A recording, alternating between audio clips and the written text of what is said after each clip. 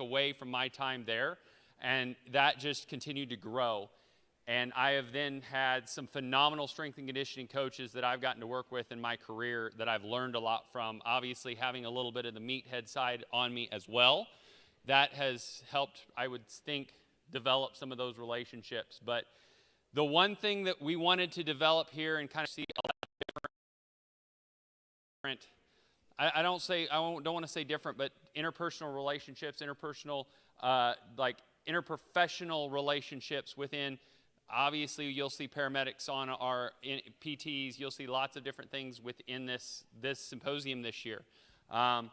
With Leo, the big thing for me is him coming from not only a collegiate background, but starting to work into these high school settings, into these secondary school settings, where the strength and conditioning coordinator is so important and can make our life so much easier if we utilize them appropriately.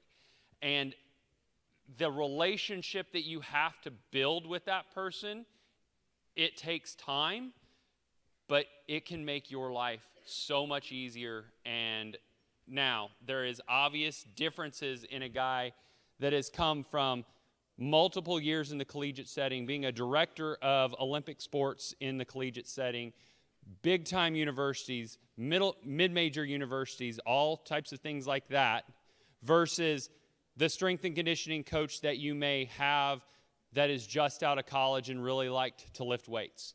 But the things that he's going to talk about can really change your dynamic, I believe, on the approach at how we start to develop those relationships and create those relationships. Because Leo, one of my favorite dudes, one of my favorite guys, also has one of the greatest families I've ever met in my entire life. Leo is the strength and conditioning coordinator for Marion High School for the whole district. And yeah, just an all-around, as he put, cool dude. That's right.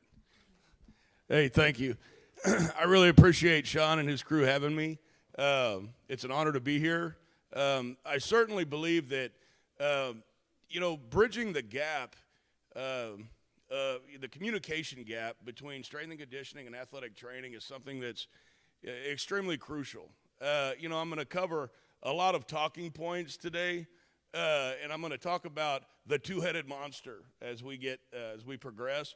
But just to kind of touch on it a little bit, when you look at the skill set that a strength coach and the skill set that an athletic trainer brings to the table to benefit the athletes, you put those together, as I call it, the two-headed monster. You've got something very special that can really benefit those kids. And that's just kind of something that I want to hit on today, and something that I want to cover in my presentation. I'm not a very computer literate guy. I've tried yelling at this, but I've got a button here. Just a little bit, the role of a strength and conditioning coach, really going to simplify. Prepare the athletes, right? A good way to put it, get in shape to get in shape, right? Working at the collegiate level, I saw a lot of horrors, right, of these kids coming from high schools that were going to play, to be collegiate athletes, and they weren't coached properly, right? What you get a lot in the high schools is you get a football coach that, like Sean said, likes to lift weights, and they come and they might go to get the program that Alabama does. Say, well, Alabama's a successful program. Let's do that at this 3A high school, and we've got to have the same success. Well, it doesn't work like that, right? You don't have the athletes that Alabama has. And a lot of those programs, and I could talk about this for hours. You get like one of these big-time like a strength program from one of these big-time athletic programs, and there's a lot of volume, right? There's a lot of loading of those kids. And you look at the kind of kids that they have at this successful Power 5 program, and you're dealing with 1% of 1% of 1% of the population that can handle that kind of workload. Does that make sense? And when you try to put that into a high school program, it just doesn't work out. And what you end up with is you end up with injuries, right? You end up with kids sacrificing technique for the sake of doing more weight, right? Which is a certain road to injury. That's another thing that you see a lot of in high schools. You know, coaches aren't a lot of high school coaches. You don't have a lot of technicians, right? You don't have a lot of coaches that are saying, you know, breaking down the basics and saying, you know, I'm trying to build a strength base for these kids, right? They need basic movements. They need compound movements. They need multi-joint movements. They need ground-based movements, and they need to learn how to use their bodies properly. You don't see that. You see a kid they tell a kid that's never lifted before, all right, let's go in, 14-year-old freshman, never touched a weight. You're going to get a 1-rep max on a clean, a squat, and a bench, right? And, man, you see some awful things, right? And so back to my point, didn't mean to go off on a tangent, but, you know, the role of a strength and conditioning coach, you've got to prepare the kid, right? You've got to prepare the athlete, right, to create that strength base, right, to help them. You know, everybody's got a certain amount of God-given talent, right? And, you know, your job as a strength coach is to get them to use and to dig into that genetic potential, that God-given talent, right, as much as possible, right? Because when you do that, you put them in the best physical situation for success, right? So we prepare the body, get them in shape to get in shape, right? Fortify the body, right? I'm a big believer that injury, and I think a lot of y'all will agree, that the best injury prevention, right? Strength, flexibility, right?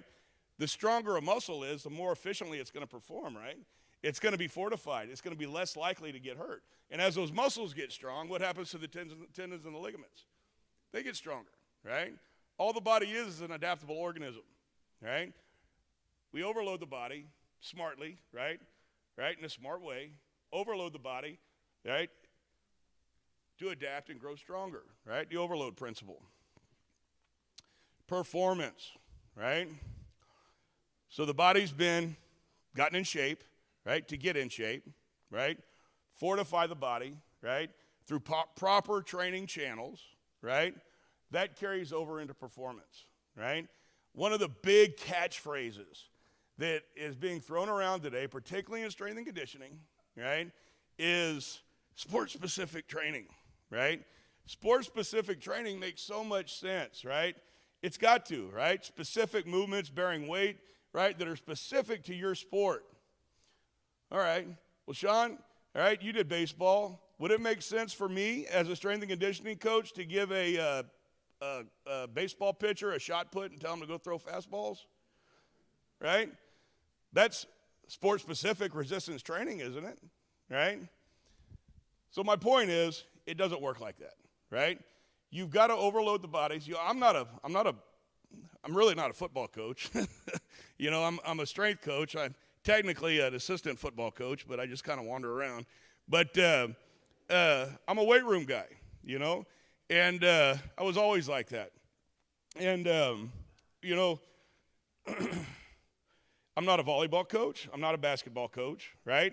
I'm not going to sit there and try and break down every little movement that they're going to do on the field or on the court and try to imitate that in the weight room. I've got to overload, right, the muscles that they're going to use. I've got to recognize the energy systems that they're going to use, right? I've got to identify, well, you know, I would probably train a sprinter a little bit different than I would train a cross-country kid. You know what I mean? I've got to identify the needs for that specific sport, and I've got to train them for that, right?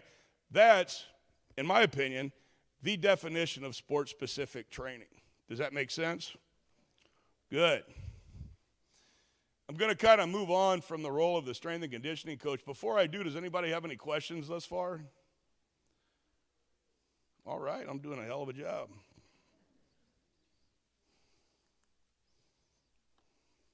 All right.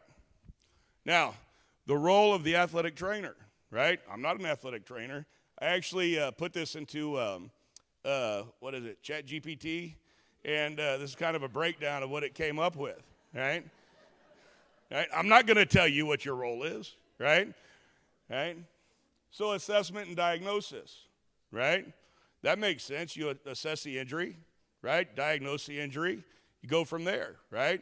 You decide if they need to go to the doctor, right?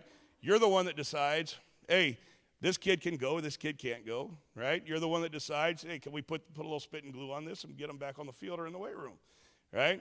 That's your job, not mine. Emergency care, right?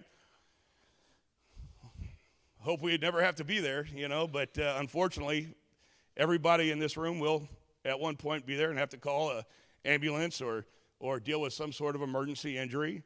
Again, I hope that never happens, but probably will. Rehab, right? Probably one of the biggest things that an athletic trainer does. Huge, very important, right?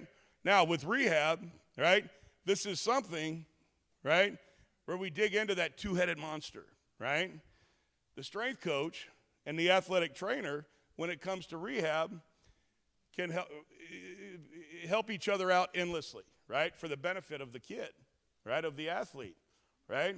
Our athletic trainers are here that we have at Marion, Ronnie Emert and Heather Waldschmidt right here in the middle, and often, all the time, yesterday as a matter of fact, had a kid come in, went to the trainer, right, comes in and says, well, I'm a little bit limited because my back's a little tight. Okay, well, the rehab, we're going to go in, we're going to see what we can do. We're going to be limited, right, but there's always an alternative thing that we can do. So that right there is an example, right, of the working together, right, for the rehab, right? So, rehab not only done in the training room, but also done in the weight room, right? The weight room extends into the training room. Training room extends into the weight room. Good. I got through the role of the athletic trainer. Hope I didn't offend anybody. All right. Now, as I mentioned before, right, and pretty much the whole guts of this entire presentation is about the relationship between the strength coach and the athletic trainer, right? Communication, it's huge, right? If you've got a strength coach, right, you can always communicate, the strength coach and the AT can always communicate more, right? You've got to have, you're in a perfect world scenario, you're going to be working very, very closely together, right? And so you've got to have some kind of working professional relationship, right, where you know that you can depend upon each other, right, trust one another, right, that ultimately, the goal, we've got to have the athlete's best interest in mind, and so, as far as, communication, in my opinion, you've got, 2-3 times a week, I think, is great. You've got to meet with the strength staff, the strength coach, and the athletic trainer.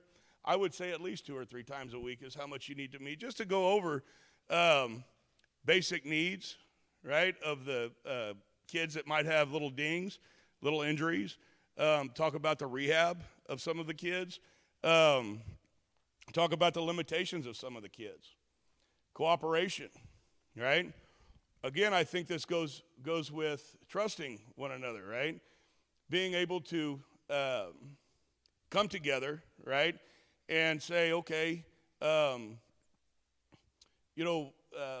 think that we should limit this kid, that's got this knee injury to single leg movements, right? And, the athletic trainer might say that, and then the strength and conditioning coach says, yes, I agree. Do you think maybe we can put in some limited range of motion things, right, that's going to try and help activate the kid with the injury on the side on the injury, And so, you might come to an agreement, you might come to a disagreement, but we've got to cooperate and we've got to collaborate, right? The education path of a strength coach and an athletic trainer are very similar, right? Particularly in undergrad, but whenever you kind of get through those basics, they kind of veer off, right? You're both working with the body, right? You're both understanding the body. You're both trying to get something out of an athlete. That's what you're working towards. But I certainly don't have the knowledge of the anatomy and physiology that our athletic trainers do. They certainly don't have the knowledge of, programming, periodization, and things of technique and things that I do, right? And so we can educate each other, right? Again, that kind of goes with the talking points, communicating, cooperating, collaborating, right? And I think that ultimately what you come up with is a mutual respect, right? Where you, and working together, you trust each other, right? In a perfect world, I can have a kid that comes up in a busy room with a full house. I've got 8 platforms. I've got 8 racks, right? Sometimes I'll have 100 kids in there, right? And I am not one to have people standing around in my weight room, right? So I want everybody moving. And, I'm like a cat on a hot tin roof running around that room. And, I might have a kid come up and say, "Hey, coach, whenever I squat, man, oh gosh, my back or my hip or, something hurts." And I've got to be able to trust my trainers and say, okay, go to the trainer, right? Let them evaluate you, because I can't do it. I'm running the room, right? I can't stop. And I've got, 2 freshmen that are over here that are, how kids are. Every time they touch a weight, they want to see how much they can do. And, I might have 2 kids over here, 2 freshmen that are, trying to set a deadlift PR whenever we're supposed to be doing military press, And, so I got to run the room. I got to watch it. So I've got to be able to trust my trainers, right, to say, okay, go see them. They're going to evaluate them, right, and then they're going to make the call if he can come back and if he can go, right? And I've got to be able to trust that, right? Mutual respect. Now, before I move on, are there any questions? Still doing a bang-up job? All right. All right. Common obstacles, right? I've worked with a lot of trainers, okay? I've been doing this a long time. I would say, I don't know how many of y'all have been around a lot of strength coaches, right? By and large, a lot of strength coaches have egos that walk in the room about 20 minutes before they do, right? Right? And so, what you get, and I've had some trainers, that, it's all about they're so much smarter than you. They don't want to listen to anything you say because they are smarter than you, right? We got to let the ego go, right? We've got to set the ego aside, right? We've got to think about, hey, we're here to help each other, right? We're here for the common goal, right, of helping these kids, right? I've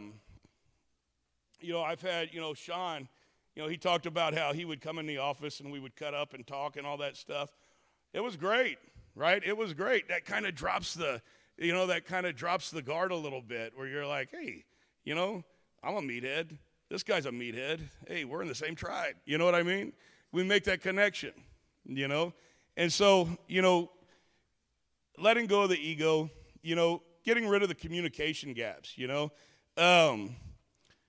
Sean might come into the weight room and start, talking and, all these abbreviations and stuff like that about all these different procedures and whatnot. And, I'd be sitting there, what the hell is this guy talking about? I don't know what that means. So, and so, being able to speak to each other in a way to where, you could dumb it down so the strength coach can understand, just like he can talk about things and break down instead of talking about, oh yeah, we're going to break into the West Side Barbell Program and all that. Well, you don't know what West Side Barbell Program is. Breaking it down and explaining it so that you understand, the point that you're trying to make to each other. Does that make sense? Very good. Conflicting priorities, right? Early on in my career, I viewed the role of an athletic trainer as, we wish these kids well in their future life, right? But our role is not to worry about them whenever they're 40 or 50. our role is to make sure that they're on the field doing what they're supposed to do. Now, in my older age, I've softened up quite a bit, right, physically and emotionally. But, you might have, the strength coach might have the priority of, I've got to just make sure that no matter what we do, we've got to keep these kids in a weight room and we've got to keep these kids on the field. Whereas the athletic trainer might say, okay, no, the priority is, if we don't want to chance them getting a more severe injury, because if they do that, whenever they're 40, they might have a limp. Again, communicating, collaborating, coming together, right? Prioritizing, right? Thinking about, speaking about, communicating about the common goal, right? And making sure that our priorities line up. Lack of understanding each other's role, right? Again, kind of goes with ego. The athletic trainer might think that their role is more important than the strength coaches. The strength coach might think that their role is more important than the athletic trainers, right? Well, I've got news for you. You're both support staff, right? You're right there, right? You're meant to support the athletes, support the coaches, right? And so, again, we've got to understand each other's role, right? Understand we're part of the two-headed monster, right? And if we come together and we create this two-headed monster, right, then we've got an unstoppable monster that's going to do great things for these kids. Scheduling conflicts. A lot of times, there's, one or two athletic trainers for the entire district, one strength coach, in our case, for the entire district. Scheduling can get tough, right? I've got a family at home. Trainers have a family at home.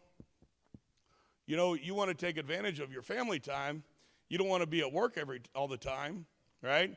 And so we might say, okay, I want to schedule, treatment for 7 a.m. Well, I want to schedule workouts for 7 a.m. You know what I mean? So we've got to come together and we've got to make sure that, as far as scheduling, we both respect each other's time. And so, that kind of goes with, understanding each other's role, right? Respecting, right, each other's role, and working, being able to work and be flexible with each other's schedules. Resource limitations.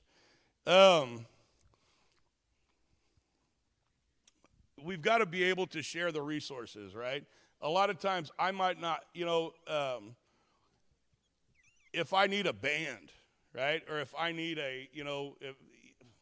if I've got a kid with a tight trap or rhomboid and I need a lacrosse ball, right? I should be able to feel comfortable enough to go to the athletic trainer and say, hey, can I use a lacrosse ball? I'm going to let this kid roll out between sets and try to loosen his rhomboid up so that he can finish his weight workout. Same thing with the strength coach. I want my trainers to feel comfortable coming in the weight room using whatever they need, right? Because, again, to benefit the kids, right? And feeling free and comfortable enough to do that, right? Again, I think that comes with a mutual respect and a mutual understanding of the common goal of doing what's best for the kids. Philosophical differences, okay? We already hit on a lot of that going through this whole list. I hate to be repetitive, but, again, when it comes to the philosophy, that a strength coach and an athletic trainer has to have, ultimately it's got to be do what we need to do, right, to do what's best for the kids, what benefits the kids, and not benefits us. Right? Would everybody agree with that? Excellent. Next page here.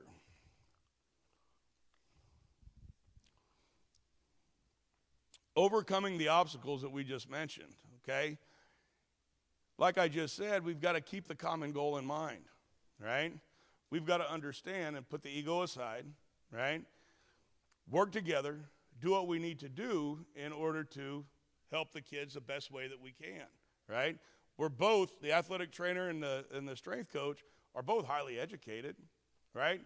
We've got to put that into effect, right, to do our jobs and do what's best for the kids. Meeting regularly, like I said before, 2 or 3 times a week is great, but I think you could always meet together more.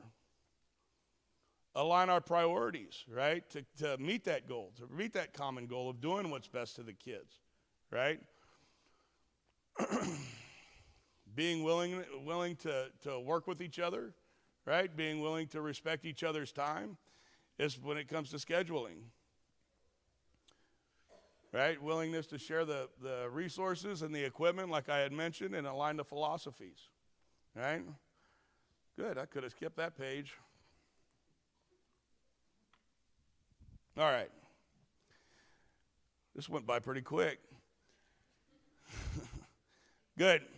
So to conclude, serving the athletes, the athletic trainer, the strength coach, you're going to have your hands on those kids more than any other coach, right? You're going to be spending more time with those kids than the position coaches, than the head coaches, right? You're going to wear a lot of hats, right? I think everybody in here would agree. Not only are you a athletic trainer, not only do you fix them up when they're beat up, but you're also a psychologist, right?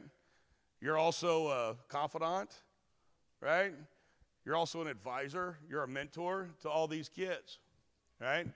And so when we look at serving the athletes, especially high school kids, that's a rough time, right? We've got to make sure that we understand that our role, right, we're in this business, right, because we love helping kids. We love making kids better, right?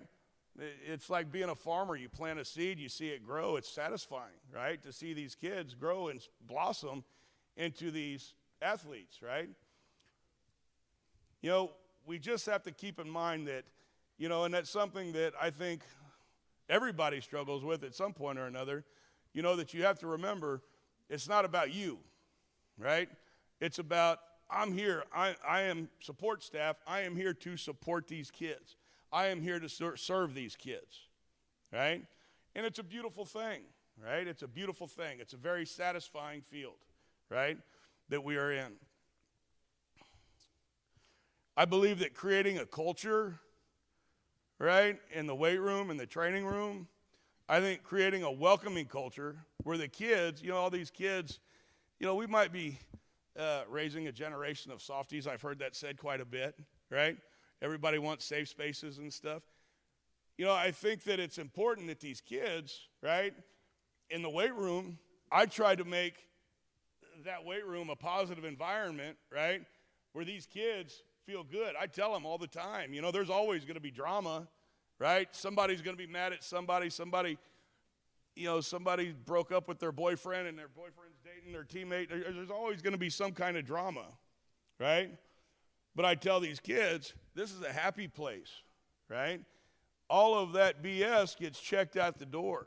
In here, we're a family. I tell those kids at some point, your life is going to be in the hands of somebody in this room, right? When they're spotting you, right? If you're doing a bench press and you can't get the weight, right, that spotter is going to be there to make sure that doesn't come down on your face and hurt you really bad or even worse, right? We've got to be able to trust each other, right? I want the environment, right, creating the culture of, this is a place, right, a safe place, right? This is a safe place and a good place. And I believe, right, like I said before, that the athletic training room is an extension of the weight room, and the weight room is an extension of the athletic training room. I believe that culture and that take, right, should extend into the weight room or into the training room as well. Maintaining the positive environment. I think it goes without saying, right, that whenever the strength coach and the athletic trainer have a disagreement, right? And it's going to happen. There's always going to be a difference in philosophies. There's always going to be difference of opinion. But I think it's extremely important, and I think you would all agree, that you maintain, that aura of unity, right, to the kids and those around. I think that, disagreements, arguments, things like that, which are going to happen, right, of course, need to be, happen behind closed doors, right? Again, problems don't get fixed unless you work them out, right? Unless you talk about them, unless you hammer them out, you iron them out. And, the only way that happens is through communication. And so, again, and maintaining a positive environment, it's important that the kids see that the athletic trainer and the head coach are the two-headed monster, right? And they're not going to be fighting or displaying anything other than that in front of them, if that makes sense.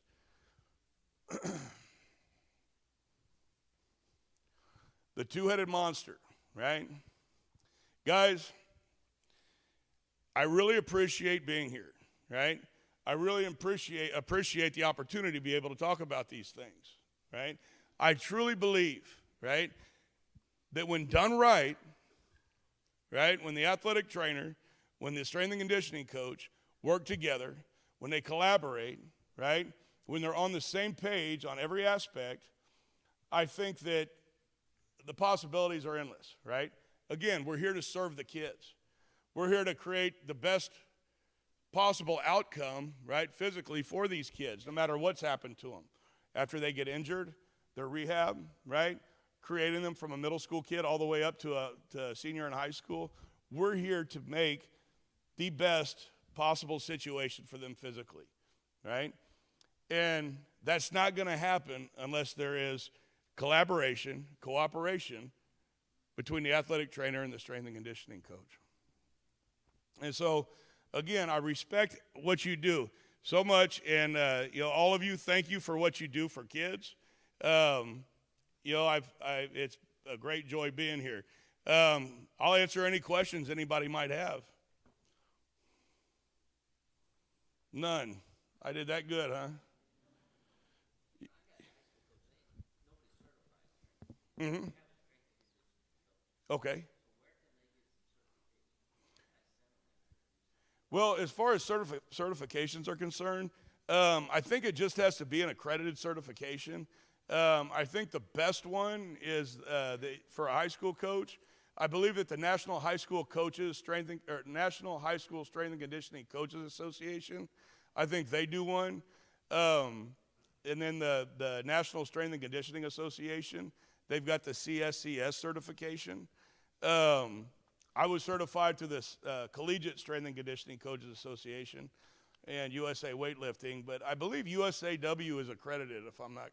It is. So USAW, USA Weightlifting, is an accredited certification as well. Who else? Yes, ma'am.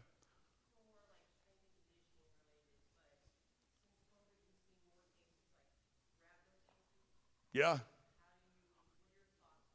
And that's really interesting, right? Because we've seen that too. And I'll tell you another thing that we saw after COVID was a lot of broken bones, right? Which is very interesting, with all the kids sitting around. I guess the bones get soft, and it's crazy, how much that the body depends upon activity. As far as rhabdo,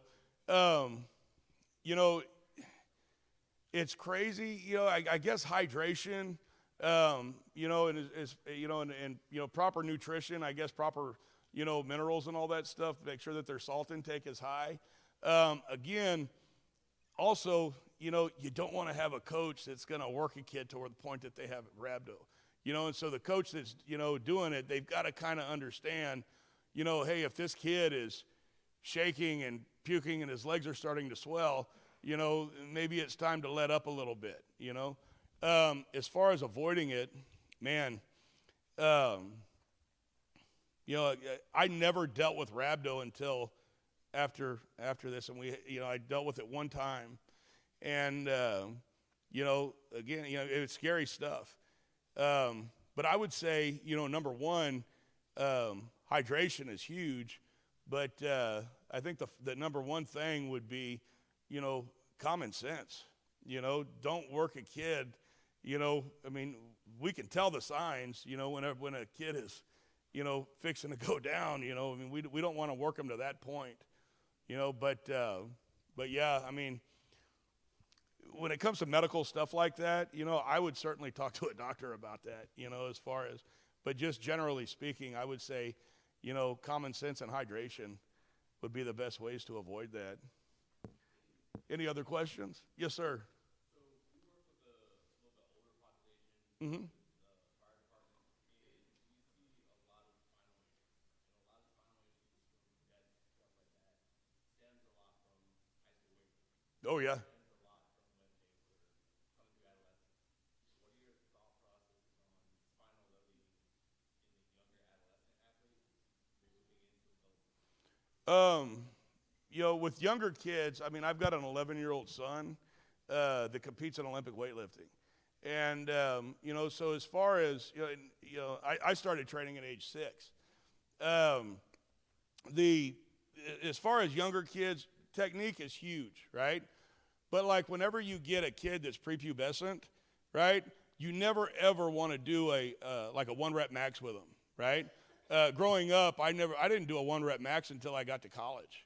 And I was very fortunate. My dad was a strength and conditioning coach and all that stuff. And so, I was very fortunate to have the coaching that I did. But it was always when I was real young, it was a 5-rep max, right? And that's what I would work off. And then we would calculate from that rep max what a 1-rep max would be that we would work off of. And then as I got into high school, it became like a 3-rep max. My son, who's 11, I've been training him since he was 6. He never does anything less than 5 reps. And, unless he's doing, ground-based movements like snatches and clean and jerks. And then, we'll do sets of 3, but, we recover between each one. As far as actual loading, technique is huge, right? We all know that, doing a back squat, right, it's not just putting a bar on your back and just squatting down and standing up. There's a lot of things. It's a multi-joint movement that a lot of, different things go into. And so, knowing how to do it, right, teaching it properly, I think is huge. But I think another thing that I've seen a lot with older guys, that you would see, the age that you would see with cadets, going in and doing, going through the academy and all that stuff, probably running, right, has a lot to do with it. I think once you start running a lot, whenever people are not in very good shape, then you start to see a lot of lower back start to tighten up. I've never been a huge fan of just long running. I know, I get it. There's, you need to do it. But, one thing I noticed early on in life is, you see these people running on the side of the road and none of them have a smile on their face.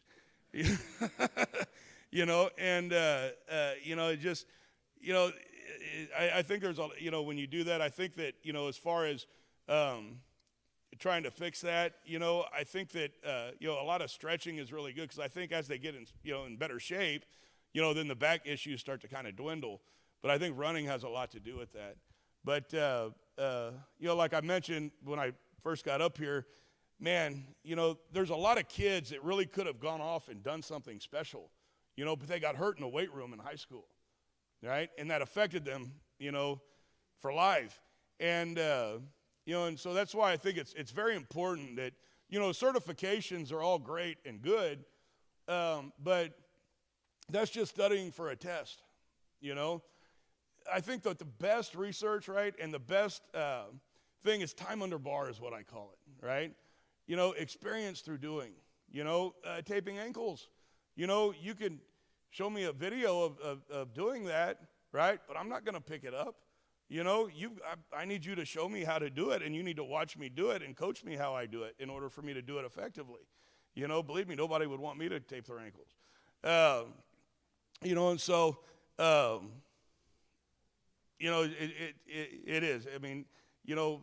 To answer your question, I think that, smart training, understanding that these kids are still growing, their joints are not fully developed, they don't need to be loaded, doing single and double rep maxes and stuff, like going to max effort, often, and and that's going to help them out a lot. Yeah, does that answer your question? Anybody other questions? All right, well, guys, I really appreciate you having me. This has been a great experience. My wife told me before I left to make, I hope that you all are not dumber after me have spoken to you. So I hope that that's the case. All right, thank you, guys. One thing I want to add is adding the